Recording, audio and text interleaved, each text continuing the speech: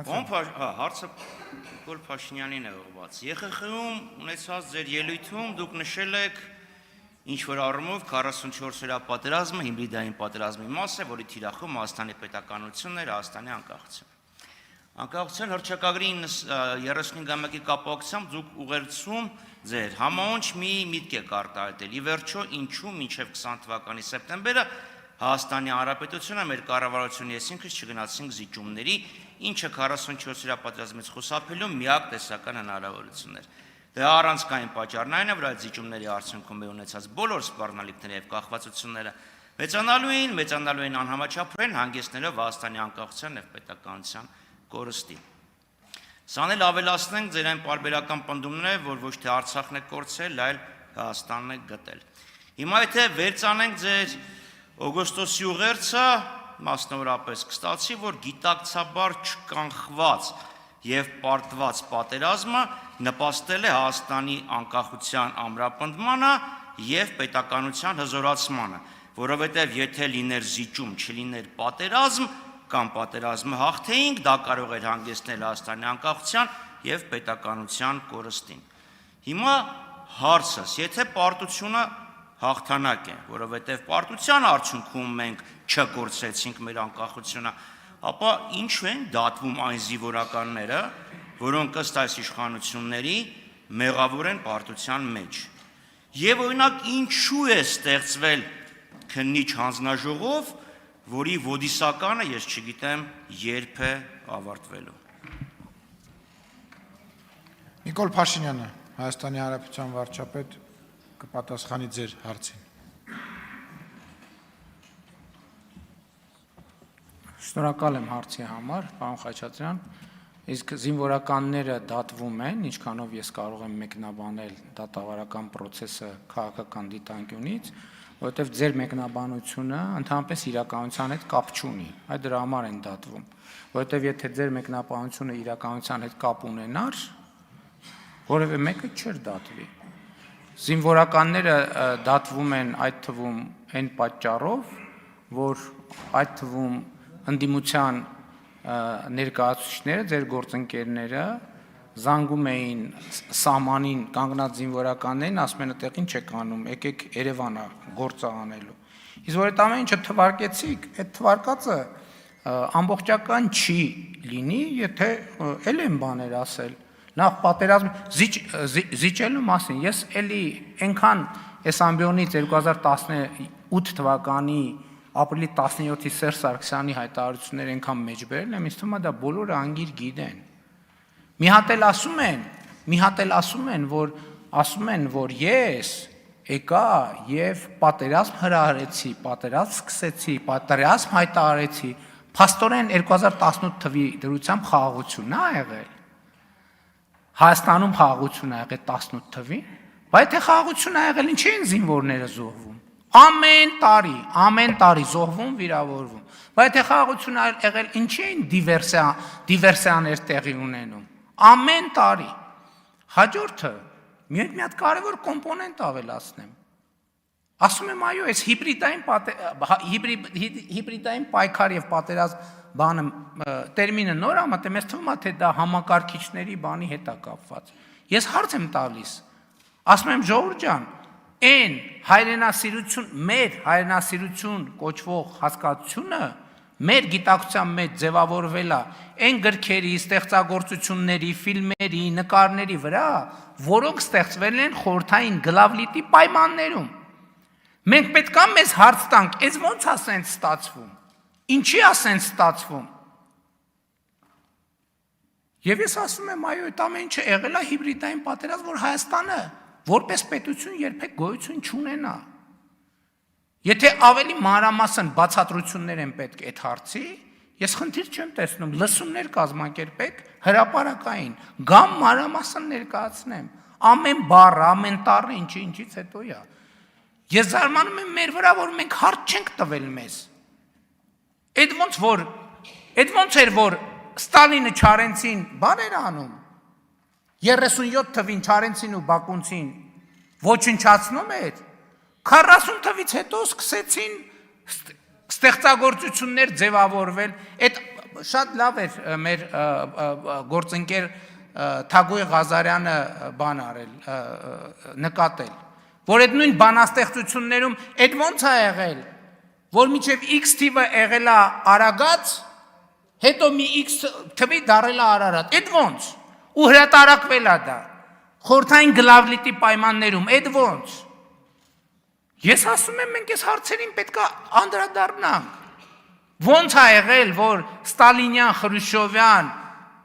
Բրեժնևյան տարիներին ձևավորվել են ստեղծագործություններ, որոնք պայմանավորվել են հայրենիքի մասին մեր հասկացությունը, ոնց է եղել դա, կամ ուրիշ բան եմ ասում, մենք մեզ հարց չենք տալիս, մենք անկախ պետություն ենք, բայց դեռ հայրենասիրության մեր հասկացությունները տեղավորվում են այն գծագրի շրջանակներում, որը գծվել է Ստալինի, Խրուշչովի, Բրեժնևի օրոք, դուք չեք տալիս այդ հարցը, չեք տալիս, ինչու, որովհետև դուք եք այդ հայրենասիրության մեխանիզմի մաս, նոր որ խոսում էիք, բա, այդ ոնց էր, որ խորհրդային միությունում հայրենիքի ձայն թերթ կար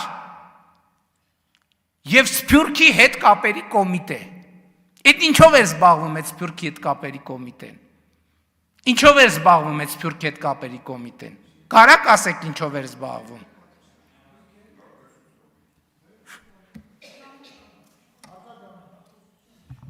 Պարոն Փաշինյան, ես անկեղծորեն փորձում էի հասկանալ իմ հարցի եւ ձեր պատասխանի միջև կապը, փորձեմ հարցս մի քիչ ձեր հարցին արձագանքեմ եւ կրկնեմ, հիմա Ջորդանո Բրունոին էլ մի թվին դատեցին, հիմա ասում են հայտնի գիտնական է, այնպես որ ժամանակի մեջ ընկալումները փոխվում են, 18 թվի ընտրություններն էլ ձեր ժամանակ են կազմակերպվել դեկտեմբերի 9-ին, Սերժ Սարգսյանի ժամանակվա փակուղին էլ պետքա որ ձեր հետ կապ չունենար, որովհետև դուք բանակցությունները սկսել եք ձեր սեփական կետից, փակուղուց հանել եք եւ սկսել եք։ Ամեն դեպքում հարցս լավ փորձում եմ վերցանել 20 թվականի սեպտեմբերը մինչև չգնացինք զիջումների, որտեղ եթե գնայինք զիջումների կխուսափեինք պատերազմից, պատերազմը մենք պարտվել ենք, վկան նոյեմբերի 10-ի առօրյա շուտվա ձեր հայտարարությունը, որ ծանր որոշում եմ կայացրել եւ այլն։ Հիմա ասում եք, բայց պատերազմի արդյունքում, պարտության արդյունքում մենք ձեռք ենք բերել անկախություն։ Հետևաբար պարտությունը դառնում է հաղթանակ օրվելյան ոճով։ Հիմա եթե պարտությունը օրվելյան ոճով դարձել է հաղթանակ, այդ մարդիկ ինչ են դատվում Եվ ինչի է ստեղծվել քննիչ հանձնաժողով, որի նախագահան քիչ առաջ բողոքեց, որ էքսպրեսիա չկա եւ լքեց դահլիճը, դե հիմա ինքն ասեց, էքսպրեսիա չկա եւ զիջել, հիմա ինչ է, մեկ ասեք, որ ինչի է այդ հանձնաժողովը ստեղծվել, ձեր ֆրակցիան ինչի է քվեարկել դրա օգտին, որպիսի հասկանար հաղթանակի պատճառը, որն էր հետագա պատերազմներում այդ լավագույն փորձը կիրառել, թե չէ,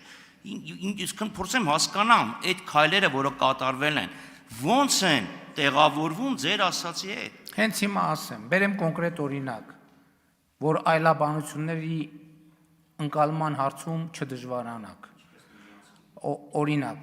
Օրինակ, երբ որ 2022 թվականին հասկացանք, որ ՀԱՊԿ-ը իր պարտավորությունների մեր նկատմամբ չի կատարել եւ չի կատարում եւ չի կատարելու, այդ պահին մենք անկախացանք, որովհետեւ հասկացանք, որ հույսներս մեր վրա պետք է դնենք։ Եվ հասկացանք, որ անվտանգության այն համակարգը, որ դուք իբր կառուցել էիք, որ մենք անվտանգության համակարգ ունենք, դա փուչիկ էր, դա ոչ մի բան էր, դա ընդհանրապես գործիք էր մեր պետության կայացումը թույլ չտալու համար, մեր պետության կայացումը թույլ չտալու համար։ Եվ ես ասել եմ, որ նորությունը, նոր եմ ասել, 2021 կամ 22 թվին եմ ասել, ասա ինչքան էլ դառը լինի, մենք պետք է առերեսվենք Ղարաբաղի հարցը մի շարք երկրների կողմից օգտագործվել է որպես թոք Հայաստանի շարժը եւ զարգացումը թույլ չտալու համար։ Դուք էլ եղել եք այդ թոքի թելերը։ Ավելի պարզ, ինչա պետք ավելի, ասում եմ, լսումներ հրավիրեք, գամ բոլոր հարցերի մանրամասներով պատասխանեմ։ Հա? Մեր ֆրակցիան այս բոլոր հարցերի պատասխանը գիտի։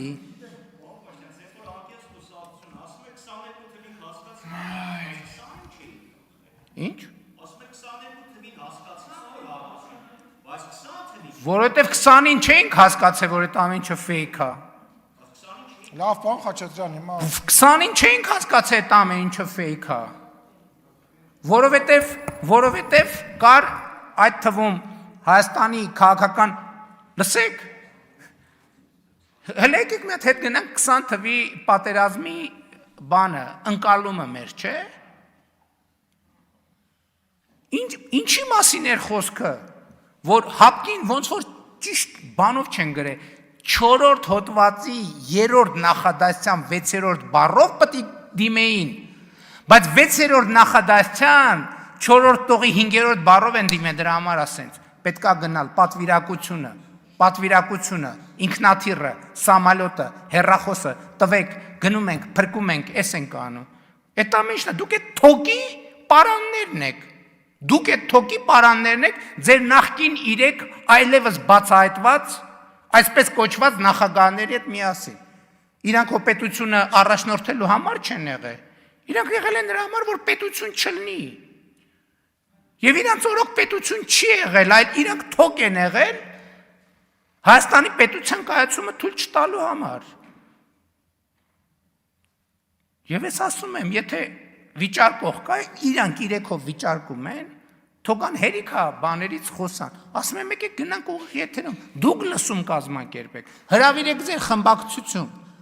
ձեր խմբակցություն ուղիղ եթերում, միայն ձեր խմբակցությունը։ Առավոտից իրիկու նստենք խոսանք, ինչ փաստեր ունեք, փաստարկներ ունեք, փաստաթղթեր ունեք, գաղտնի տեղեկություններ ունեք, բոլորը բացեք։ Գալիս եմ ինձ հրավիրեք ուղիղ եթերում քաղաքացիական պայմանագիր խմբակցությունից թող ներկա մարդ չլինի, դուք հարցաքնեք ինձ, տվեք ինձ բոլոր հարցերը։ լերություն, պարոն Մանուկյան, չի եք խոսում տեղից։ Շնորհակալություն։